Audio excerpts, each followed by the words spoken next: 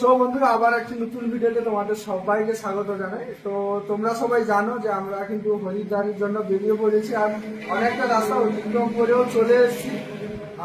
তো বেশালি এখন আমরা লাঞ্চ শেষ করে ভিডিওটা শুট করছি। সমস্ত ইউটিউবার একসঙ্গে রয়েছি আমরা সবাই। তো স্পেশালি এই ভিডিওটা করার কারণ তোমরা কম বেশি সবাই দেখেছো, ডিজে সার্জেন্ট দাদা, যে ডিজে সার্জেন্ট যে বক্স রয়েছে, বক্সটা ওই দাদা একটা লাইভ করেছে 9 থেকে 11 মিনিট এইরকম হবে লাইভ একটা করেছে। ওখানে লাইভে মানে কি হয়েছে ব্যাপারটা, আমি মেসেজ করেছিলাম একটা সার্জেন্টদাকে, ওই মেসেজটা লাইভে কিন্তু উনি দেখিয়েছেন। তো এবার আপনাদের পুরোটা আমি ক্লিয়ার করে বুঝিয়ে দিই।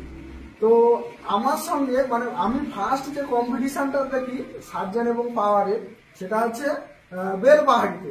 তারপরে মোটোতে আমার যাওয়া হয়নি, তারপরে পাট্টামুন্ডিতে গেছি এবং এরপরে মোটোতে গেছি।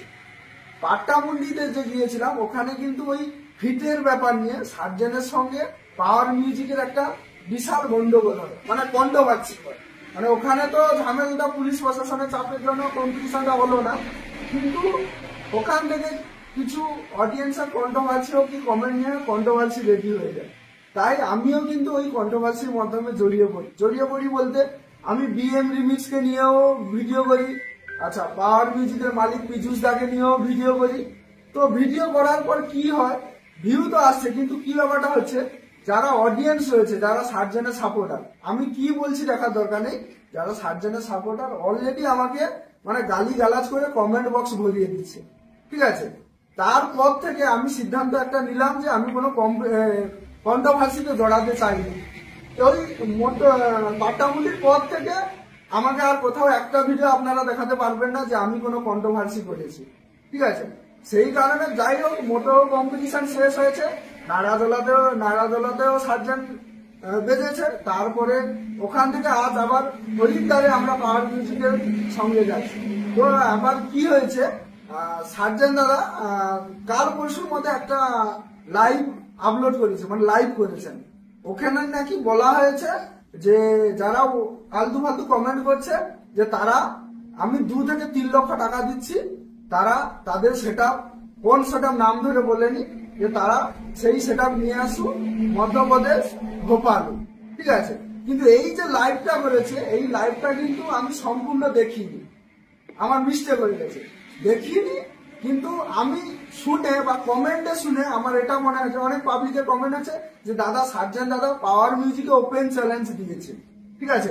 এই কমেন্ট গুলো আমি দেখে আমি কি করছি, আমার সমস্ত যে ইউটিউবার রয়েছে বাই টু বাই সমস্ত ইউটিউবার কিন্তু ভিডিও করছে, মানে পাওয়ার যে আমাদের আসছে।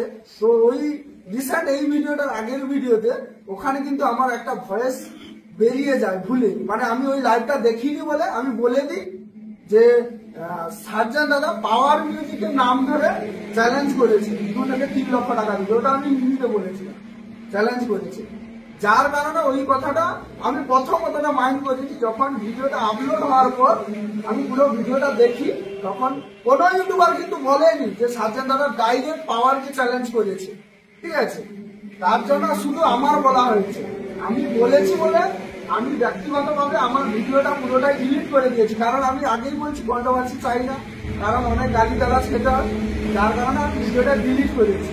ডিলিট করার পর যদি ওই ভিডিওটা সার্জেন দাদা দেখে ফেলে, তাহলে হয়তো কি আমি যখন নাম ধরে বলছি পাওয়ার মিউজিকে ওপেন চ্যালেঞ্জ দিয়েছে, সার্জেন দাদা দেখবে যে পাওয়ার মিউজিকে ওপেন চ্যালেঞ্জ আমি নাকি দিয়েছি, কিন্তু উনি তো অ্যাকচুয়ালি লাইভে বলেননি, তাহলে তখন কি হবে, আবার একটা কন্ট্রোভার্সি শুরু হয়ে যাবে। যার কারণে আমি পার্সোনালি ভিডিওটা ডিলিট করে সার্জেন দাদাকে বলেছিলাম যে দাদা সরি, এই ভিডিওতে এটা বলা হয়ে গেছে, আমি ভিডিওটা ডিলিট করে দিয়েছি, আর আপনি কিছু মনে করবেন না, এইটুকু আমার জাস্ট এসএমএস, আর কিছু না। তো এতদূর আপনাদের আশা করি ভালোভাবে বোঝাতে পারলাম। এবার আপনাদের বক্তব্য আপনারা অতি অবশ্যই কমেন্ট বক্সে রাখবেন। আমি আর একটা কথা বলতে চাই, আমি প্রথমেই বলেছি যে আমি কিন্তু কন্ট্রোভার্সি করতে চাই না, যার কারণে আমি সার্জেন দাকে এসএমএস করেছি। আপনি কোনোদিন মাথায় রাখবেন না যে আমি কন্ট্রোভার্সি করতে চাই, কন্ট্রোভার্সি করতে চাইলে আমি আপনাকে কোনোদিন পার্সোনাল এসএমএস করতাম না। আর এসএমএসটা এই কারণে করেছি যাতে আমার ওই ভিডিওটা দেখে আপনি ভুল বুঝে হয়তো আবার রিটার্ন একটা ভিডিও করবেন, আবার এদিক থেকে অডিয়েন্স বাজে কথা বলবে, এই জন্যই আমি আপনাকে পার্সোনাল মেসেজটা করেছিলাম যে দাদা আমি ভিডিওটা ডিলিট করে দিই। ঠিক আছে, থ্যাংক ইউ। এবার আমি পুরো বৃত্তান্ত এবং আমাদের সঙ্গে যারা আছে সমস্ত ইউটিউবার খুলে বললো, এবার আমি সমস্ত কিছু অডিয়েন্সের উপর ছেড়ে দিলাম।